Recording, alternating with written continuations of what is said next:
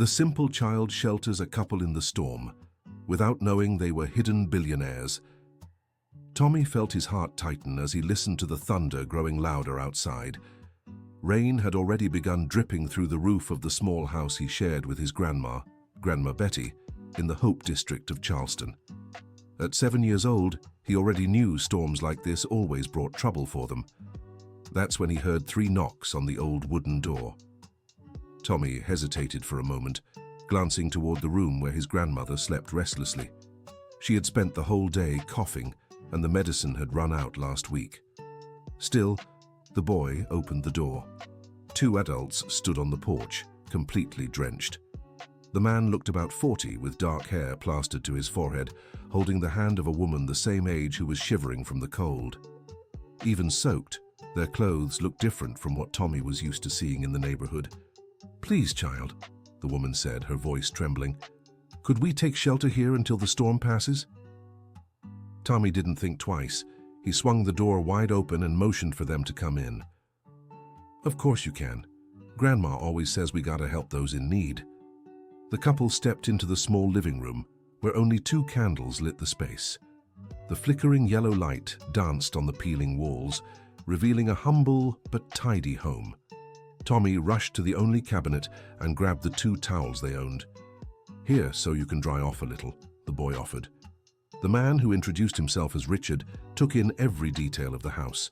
There was no TV, no working refrigerator, just the bare essentials to get by. His wife Helen dried her face with the worn-out towel, but her eyes stayed fixed on the boy as he rummaged through an empty medicine box. "You must be hungry too," Tommy said, heading to the tiny kitchen. "We only have a little rice and beans left from lunch, but I can warm it up." "Oh, don't trouble yourself," Helen replied quickly. "It's no trouble, ma'am. Grandma always says shared food fills you up better." Richard and Helen exchanged glances. There was something about the boy's simplicity that unsettled them, not the child himself, but the situation. They weren't used to that kind of genuine generosity. As Tommy stirred the half-working gas stove, Grandma Betty appeared in the bedroom doorway. Her 75 years weighed heavier than they should, and she leaned against the wall to keep from stumbling. "Tommy, who are these folks?" she asked, her voice hoarse. "Grandma, they were out in the rain. I brought them in to take shelter." Grandma Betty studied the couple with slight suspicion, but her expression soon softened. Years of life had taught her that sometimes you just had to trust people. "Welcome to our home," she said. "We don't have much, but what we have we share with kindness." Dear listener, if you're enjoying the story, don't forget to like and especially subscribe to the channel. It helps us a lot as we're just starting out. Now, back to the story. Helen quickly stood to help the elderly woman sit in the only chair that didn't wobble. As she did, she noticed Grandma Betty's hands were far too warm. "You're running a fever," Helen said, concerned. "Oh, that's been going on for days, but it'll pass, it always does," Grandma Betty replied, trying to sound strong. Tommy brought out 2 plates with the small portions of food they had. It wasn't much, but he served it as if it were a feast. Richard noticed the boy hadn't taken any for himself.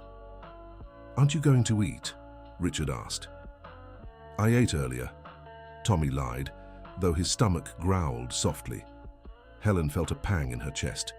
She knew a charitable lie when she heard one. Throughout the simple dinner, he watched how Tommy cared for his grandmother, adjusting the pillow behind her back, offering water, checking if she wasn't cold. The storm outside seemed endless. The thunder made the whole house shake, and at times, the candlelight flickered from the wind sneaking through the cracks in the windows. "You can sleep here in the living room," Tommy offered. "I'll get some blankets." The boy returned with 2 old but clean blankets. Richard realized they were likely the only ones the family owned. "Tommy, these are your blankets," Richard said. "We can't take them." "Ah, don't worry about it. We'll manage." "But you'll be cold," Helen insisted.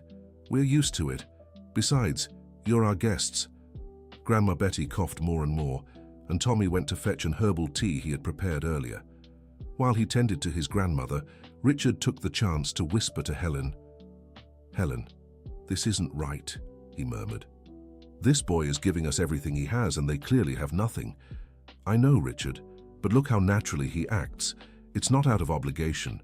It's real kindness. That makes me even more uneasy. When Tommy returned to the living room, he found the couple whispering. They stopped immediately. Did something happen? The boy asked innocently. No, we were just talking about the storm, Helen replied. Tommy nodded and settled into a corner of the room on a thin rug. Helen noticed he hadn't even taken a blanket for himself. Tommy, are you sleeping on the floor? I always sleep here. Grandma has the bedroom, and the couch is kind of broken.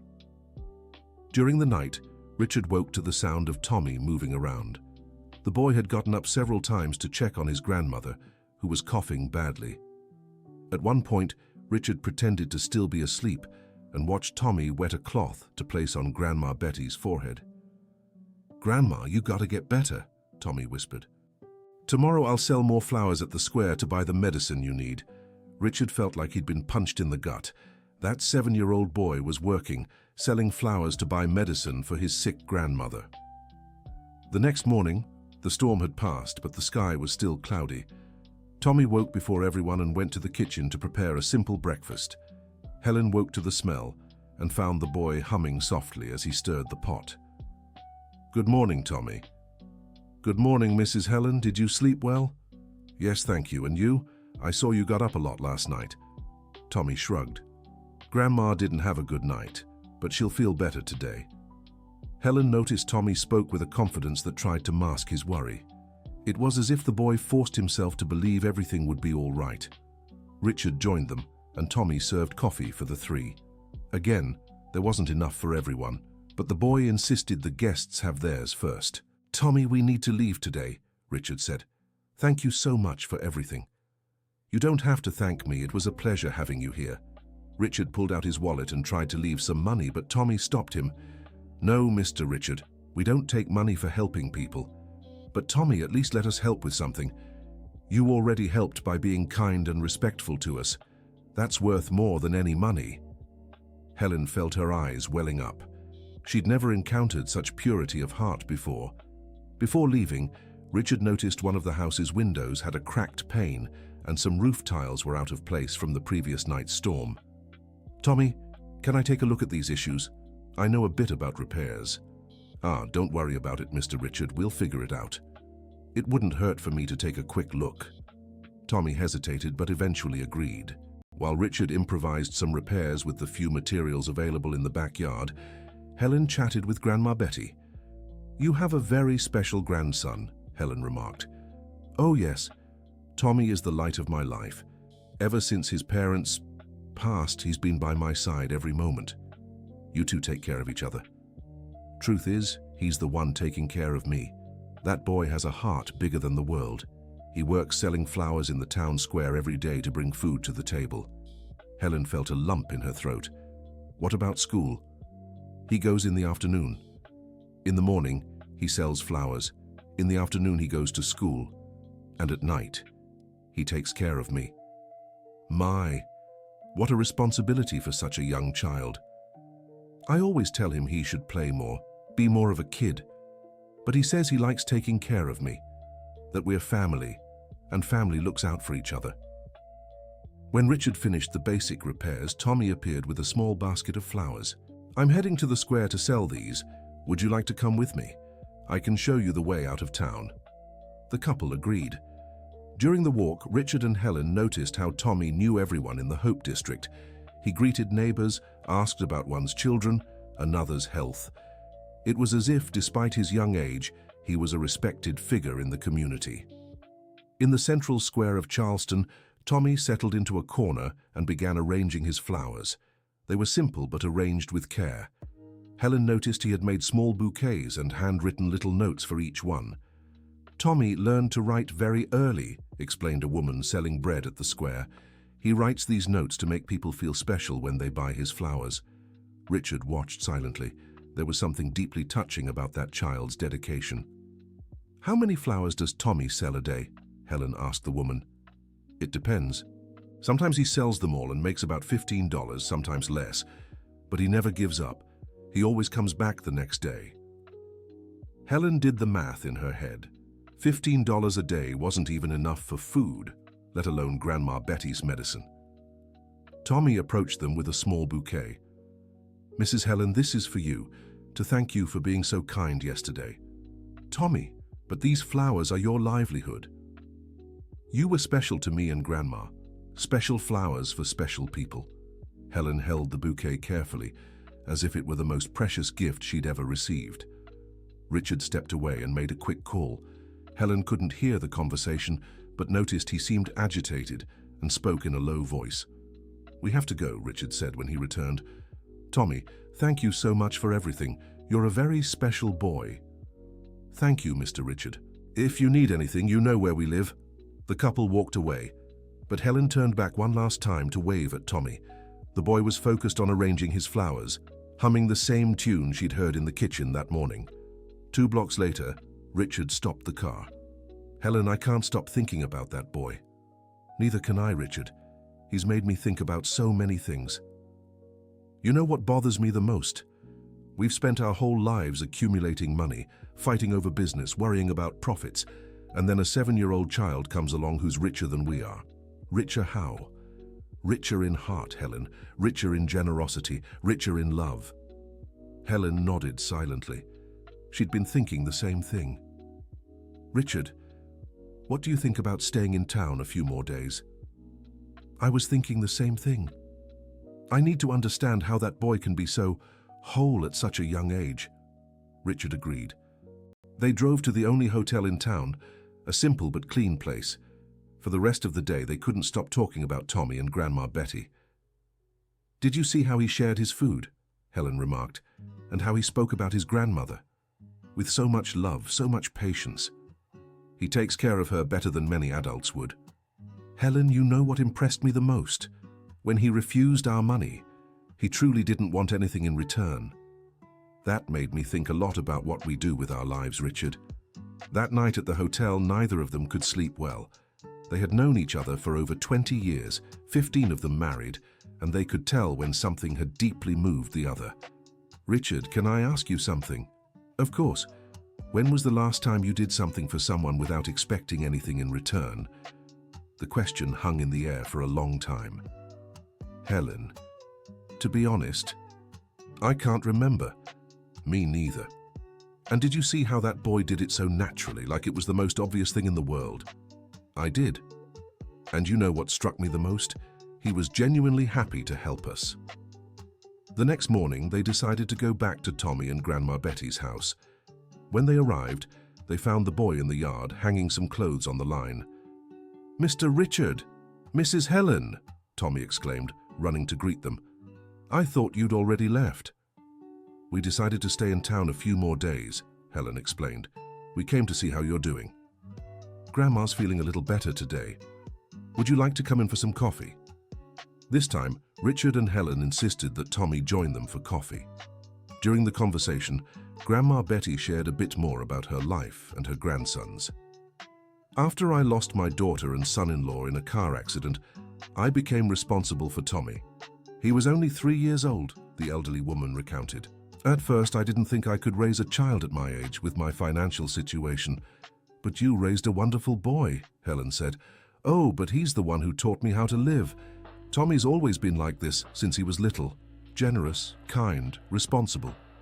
Tommy blushed at the praise. "Grandma always exaggerates," he said, laughing. "I'm not exaggerating at all. Remember when you were 4 and gave your only toy to the neighbor's boy who was crying?" "Grandma." "Or when you were 5 and insisted on sharing your school sandwich with the little girl who forgot her lunch?" Richard and Helen listened, fascinated. It was clear that Tommy's kindness wasn't an isolated incident, but a pattern of behavior that had been there since he was very young. Dear listener, if you're enjoying the story, take a moment to like and especially subscribe to the channel. It helps us a lot as we're just starting out. Now, continuing.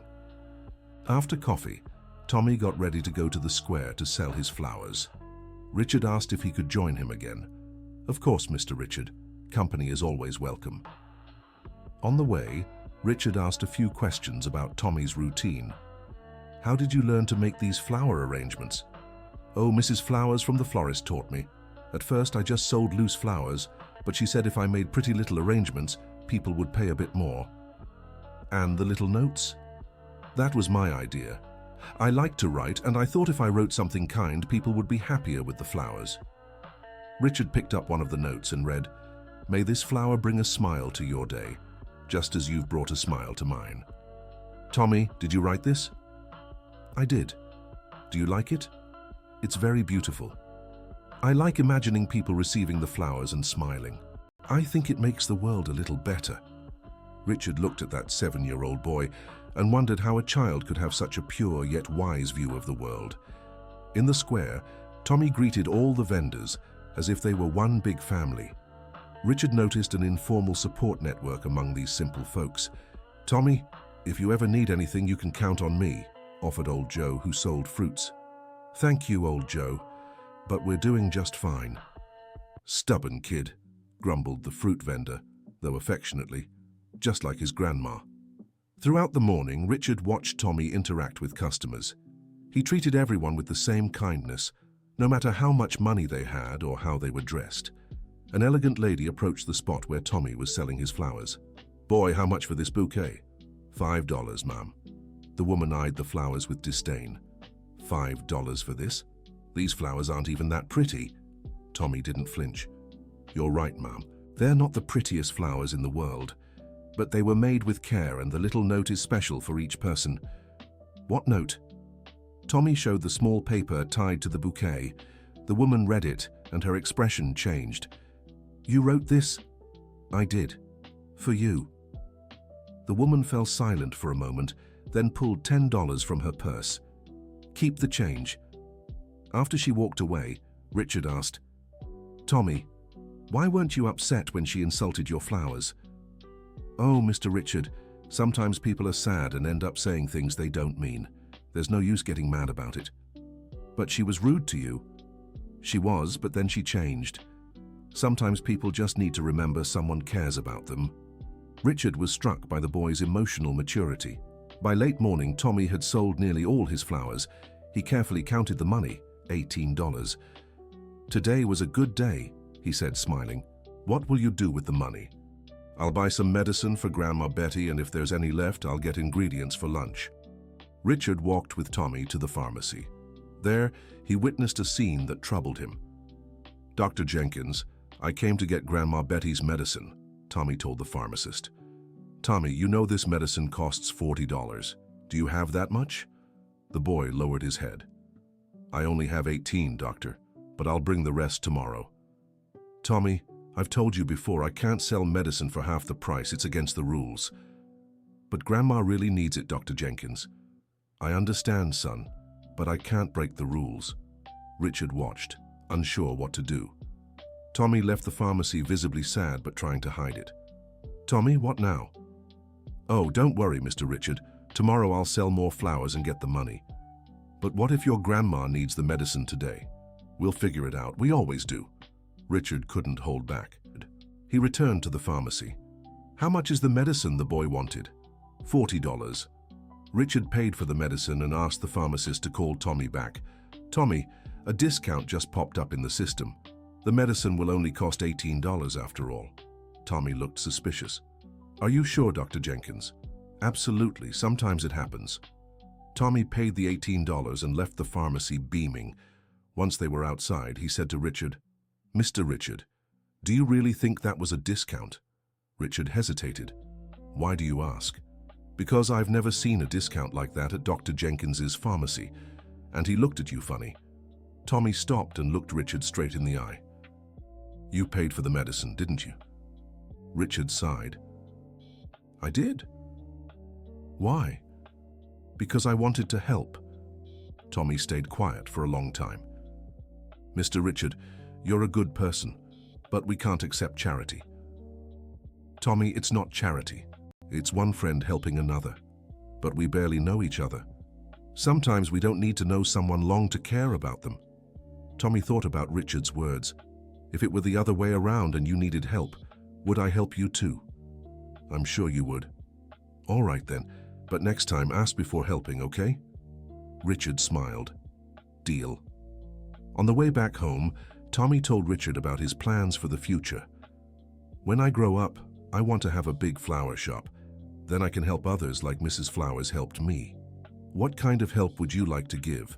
"I want to teach other kids how to make flower arrangements, and I want to sell flowers cheap for people who don't have much money, but want to give flowers to someone they love." "That's a beautiful dream, Tommy. Grandma always says we should have dreams. That dreams make us want to get out of bed every morning." When they got home, Grandma Betty was in the kitchen making lunch. Tommy ran to show her the medicine. "Grandma, I got the medicine." "You did, but that medicine is expensive." "Oh, they gave me a discount at the pharmacy," Tommy said, winking at Richard. Grandma Betty took the medicine, and soon she already seemed to feel better. Richard watched the interaction between the grandmother and grandson. There was so much love in their relationship that it moved him. "Grandma Betty, can I ask you something personal?" "Of course, dear. How did you raise Tommy to be such a special person?" Grandma Betty smiled. "I didn't raise Tommy to be this way. He was born like this. I just made sure not to get in the way." "What do you mean?" "Often, adults think they need to teach kids how to be good, but some kids are born good. What they need is adults who don't ruin that kindness." "And how do you do that?" "By letting them be themselves. Not scolding them when they want to help someone. Not teaching them to be distrustful or selfish." Richard looked at Tommy, who was in the kitchen humming as he washed the dishes. "Has Tommy always been like this?" "Always. When he was 4, he came home with a hurt dog. Said he found the little thing on the street and that we had to take care of it." "And did you keep the dog?" "We kept him for 2 months until he was completely healed. Then Tommy found a good family to adopt him.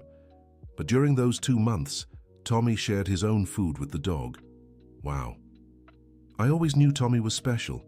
Not in the sense of being better than other kids, but special in having a very pure heart." Helen, who had stayed at the hotel that morning handling some work calls, arrived at the house in the afternoon. "How was your morning?" she asked. Tommy told her about the flowers he sold, meeting the elegant lady, and getting his grandma's medicine. He spoke with so much excitement it was impossible not to smile. "Tommy, can I ask you something?" Helen said. "Of course, Mrs. Helen." "Do you ever get sad?" Tommy thought about the question. "Of course I get sad sometimes." "Like when?" "When Grandma is sick and I don't know how to help. When I can't sell flowers and it's hard to buy food. When I see other people sad and don't know what to do to help." "And what do you do when you're sad?" "I talk to Grandma. She always reminds me that bad things pass, but the good things we do for others last forever." Helen felt a tightness in her chest. She remembered how often she had let herself be weighed down by problems much smaller than Tommy's. That afternoon, Richard left with the excuse of taking a walk around town. Really, he wanted to learn more about Tommy and Grandma Betty's situation. He talked to some neighbors and found out information that left him worried. "The boy has been taking care of his grandma for years," said Margaret, the neighbor next door. "Sometimes I offer to help, but he always says they're fine." "And their financial situation?" "Tough. Grandma Betty's pension barely covers the basics. Tommy works miracles with the money from the flowers." "Do they get any kind of help?" "Tommy's too proud to accept help. We've tried several times here in the Hope District, but he always refuses." "And school? Is he going regularly?" "Yes, he's one of the top students in his class. The teacher always praises him." Richard also learned there were overdue bills and that the landlord had threatened eviction a few times. When he returned to Tommy's house, Richard had a concerned look. Helen noticed right away. "Did something happen?" "We'll talk later," Richard whispered. Tommy was helping his grandmother make some herbal tea when they got back. "Mr. Richard, Grandma's feeling much better after the medicine. Thanks for your help today." "I'm glad to hear that, Tommy." "Are you staying for dinner tonight?" Richard and Helen exchanged glances. They knew the family didn't have enough food for 4, but they also knew Tommy would be offended if they refused. "Tommy, how about we bring dinner tonight?" Helen suggested, "to return your hospitality." Tommy hesitated. "You don't have to, Mrs. Helen." "But I want to. Let me take care of you today, like you took care of us yesterday." This time Tommy agreed. Helen and Richard went to the market and bought ingredients for a simple but hearty dinner. When they returned, they found Tommy and Grandma Betty setting the table with great care. "We don't usually have guests for dinner," Grandma Betty explained, "so this is a special occasion." During dinner, the conversation flowed naturally. Tommy asked about Richard and Helen's lives, curious about where they came from and what they did. "We work in business," Richard replied, trying to be vague. "What kind of business?" "We buy and sell companies," said Helen. Tommy was impressed. "Wow, that must be really complicated." "Sometimes it is," Richard admitted. "And do you like what you do?" The question caught the couple off guard. It had been a long time since anyone asked if they enjoyed their work. "That's a good question," Helen said. "I haven't thought about it in a long time." "Why not?" "I guess we get so busy doing things that we forget to ask if we like doing them." Tommy nodded as if that made perfect sense. "Grandma always says we should love what we do or it's not worth it." "And do you like selling flowers?" "I do. I like talking to people, seeing them smile when they buy flowers, writing the little notes." "What about school? What do you like most?" "I like English. I like reading and writing." "Do you want to be a writer?" "I'm not sure yet, but I want to do something that helps people." After dinner, when Tommy and Grandma Betty went to bed, Richard and Helen walked to the town square to talk privately. "Helen, I need to tell you what I found out today." Richard shared the information he'd gathered from the neighbors. Tommy and Grandma Betty's situation was worse than they'd thought. "Richard, we have to help." "I agree, but how?" "You saw how Tommy reacted when I paid for the medicine. He's proud. It has to be in a way that preserves their dignity." "I've been thinking about it for hours and can't find a solution. You know what amazes me? Even with all these struggles, Tommy is still a happy, generous kid." "I know. It makes me think about how often I've complained about much smaller problems." "Richard, can I confess something?" "Of course."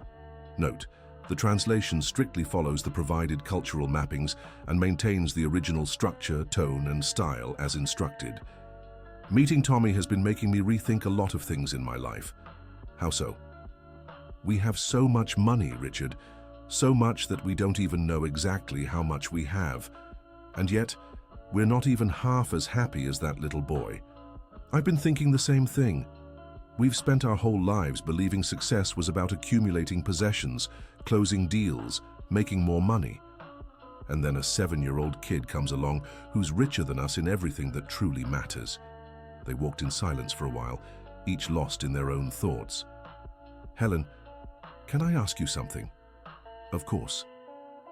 "When was the last time you felt genuinely happy?" Helen stopped walking and thought for a moment. "Saskia, you know, Richard, I can't even remember." "Neither can I." "That's terrifying." "Yeah, but you know when I felt good today?" "When?" "When I saw Tommy's face after getting his grandma's medicine. When I saw how happy he was to help someone he loves. I felt good when I saw how he treated that lady who was rude to him. No anger, no resentment. We need to learn from this boy, Helen." "I agree. But how?" "I don't know yet, but I'm sure being around him will teach us a lot." Dear listener, if you're enjoying the story, take a moment to like and especially subscribe to the channel. It helps us a lot as we're just starting out. Now, continuing. The next day, Richard and Helen decided to spend more time with Tommy and Grandma Betty.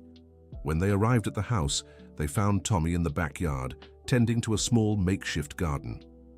"What are you planting there, Tommy?" "Herbs for Grandma, basil, parsley, chives." "Parsley? This way we save a little at the store and the food tastes better." Helen looked at the little garden. It was clear Tommy had put a lot of care into it, using every inch of available soil. "Who taught you how to plant?" "Mr. Wilson, who lives down the street. He said plants take work, but they also bring joy." "And do you feel joy taking care of them?" "I do. It's nice to see them grow a little every day." Richard realized Tommy found pleasure in simple things he himself had forgotten how to appreciate. "Tommy, do you want to go to the park today?" "I do. But first, I need to help Grandma with some medicine." They went inside and found Grandma Betty organizing a small box of medications. "How are you feeling today?" Helen asked. "Much better thanks to yesterday's medicine, but now I'm sorting this box to see which ones are running low." Helen looked at the box and noticed there were only a few medicines. and some were past their expiration dates. "Grandma Betty, can I take a look?"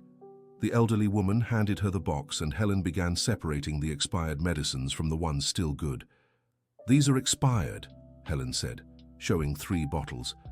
"I know, dear, but we use them until they're gone." "Grandma Betty, expired medicine can be bad for you." "I know, but it's all we have."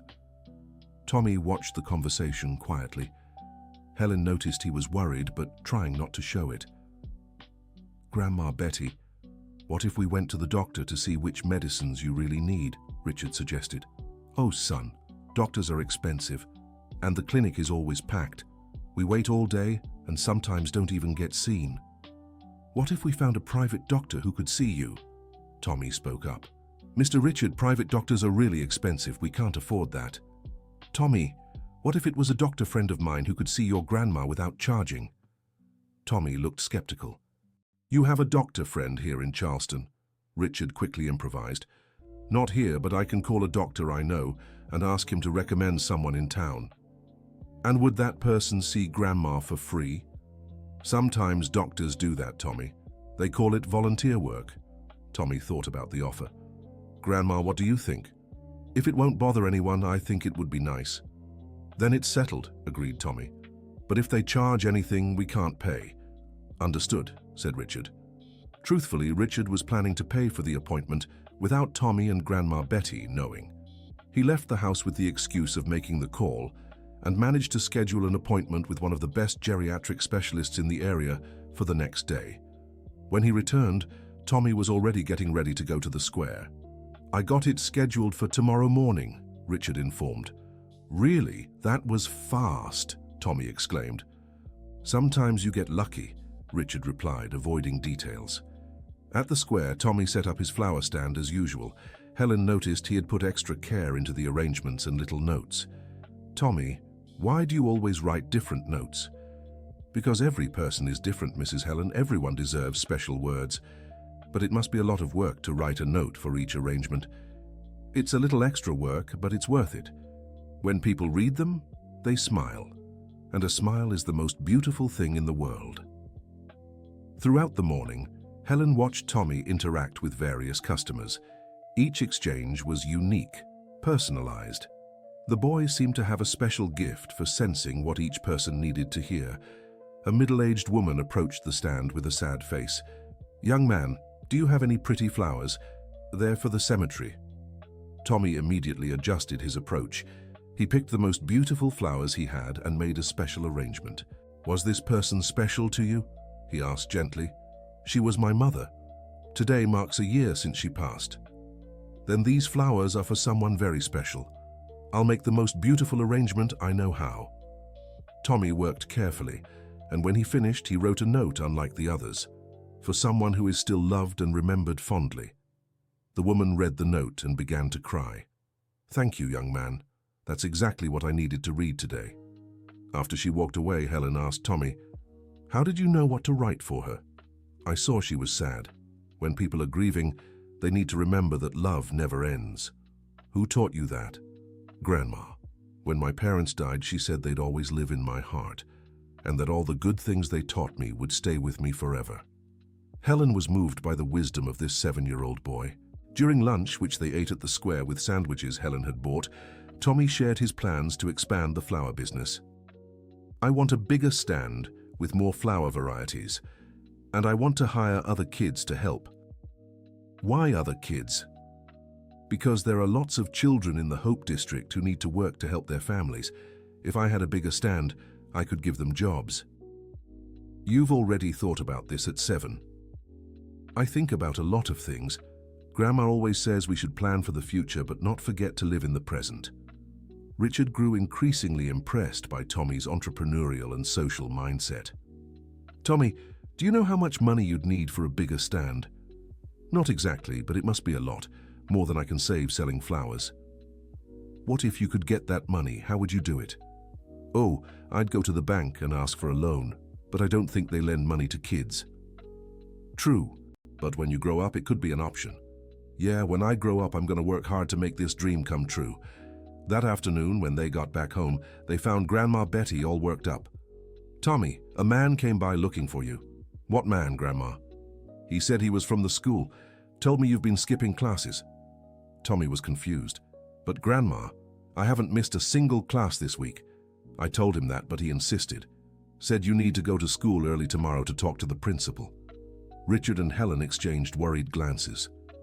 Tommy, do you have any idea what this could be about? No clue, Mr. Richard. I always go to class, always do my homework. Then don't worry, tomorrow you'll go there and clear it all up. But Richard was suspicious. Something wasn't right about this story. That night, after Tommy and Grandma Betty went to sleep, Richard went out to investigate. He went to the school and talked to the night watchman. No, sir. No school employee came looking for any student today, the watchman informed him. And Tommy's one of our best students. Never misses class, never causes trouble. Richard returned to the hotel, worried.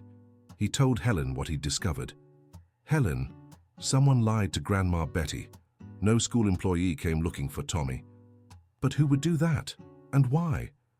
I don't know, but I've got a bad feeling about this. Do you think it has to do with their financial situation? Could be. Maybe a neighbor reported their situation to social services. Richard, do you think they might try to take Tommy away from Grandma Betty? I hope not. But these things happen when people think a child isn't being properly cared for. But Tommy's being very well cared for. We know that. But to outsiders, a 7-year-old working selling flowers might look like neglect. Helen grew distressed. We can't let this happen, Richard. We won't, but we need to be careful not to make things worse. The next morning, Richard and Helen arrived early at Tommy's house.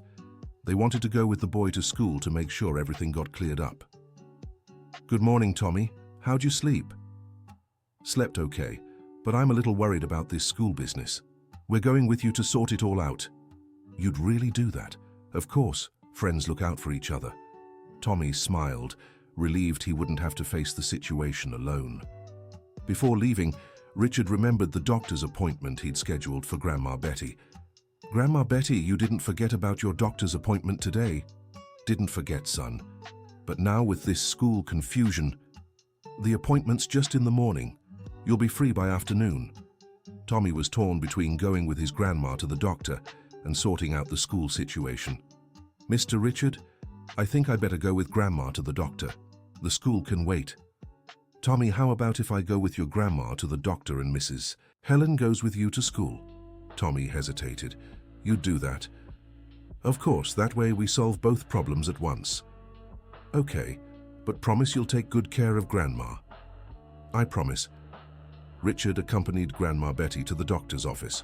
The geriatrician, Dr. William Thompson, was very attentive and did a full evaluation. Grandma Betty's blood pressure is a bit high and she shows signs of arthritis.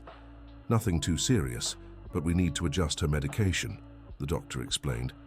Doctor, how much will the treatment cost? Asked Grandma Betty, worried. Don't worry about that now, Grandma Betty. What matters is you taking care of yourself. After the appointment, Richard spoke privately with the doctor and arranged all payments, asking for discretion. Meanwhile, Helen went with Tommy to school. There they discovered there really hadn't been any summons for Tommy. Tommy's one of our best students, the principal explained. We've never had any problems with him. Then why would someone say he needed to come here? I have no idea, but I can guarantee it wasn't anyone from the school. Helen and Tommy left school more confused than when they arrived. Mrs. Helen, who do you think lied to Grandma? I don't know, Tommy, but we'll find out. On the way back, Helen noticed a man watching them from a distance. When she tried to get a better look, the man quickly walked away. Tommy, do you know that man over there? Tommy looked in the direction Helen pointed, but the man had already disappeared. I didn't see anyone, Mrs. Helen. Maybe it was just my imagination. When they got home, they found Richard and Grandma Betty returning from the doctor. How was the appointment, Grandma? The doctor was very kind, Tommy. He said I don't have anything serious, just need to take some new medicine. Was it expensive? It didn't cost anything, Grandma Betty replied, looking gratefully at Richard. The doctor said it was a charity visit. Tommy felt relieved, but Helen noticed he was suspicious about the free appointment story. During lunch, they talked about the strange incident at school. "Grandma, are you sure the man said he was from the school?" "Yes, Tommy. He said he was from the school office and that you'd been skipping class. But that's not true, Grandma. And the principal confirmed no one from the school came here." Grandma Betty grew thoughtful. How strange. Why would someone lie about that?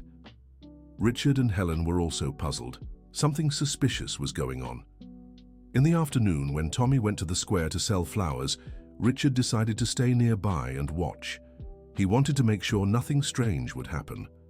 That afternoon, Richard noticed the same man Helen had seen in the morning was watching Tommy from a distance.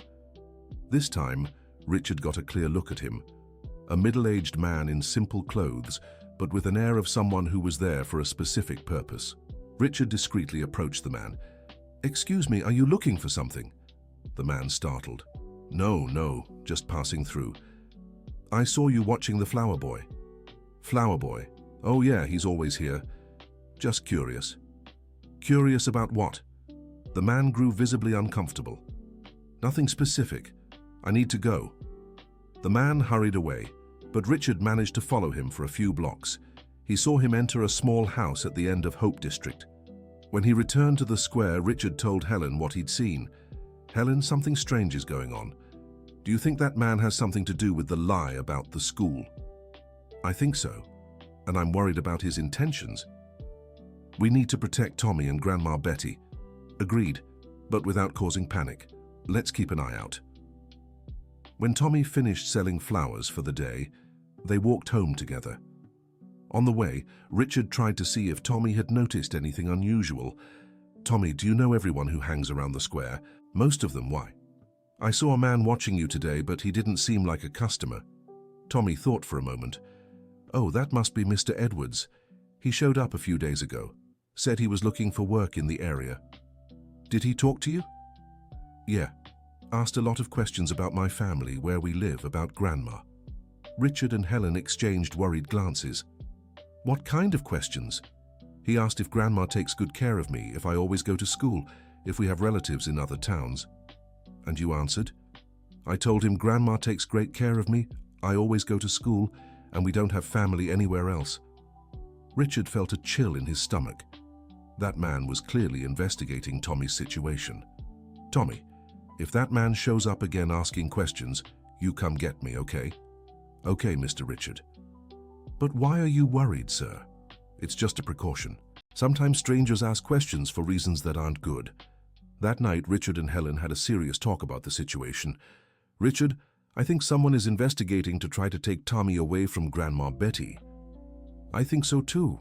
And if that's the case, we need to act fast. But act how? We don't even officially know who this man is." "I'll investigate.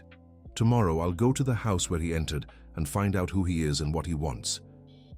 What if he really is a social worker or some government employee? If he is, we'll show that Tommy is very well cared for and that separating him from his grandmother would be a mistake.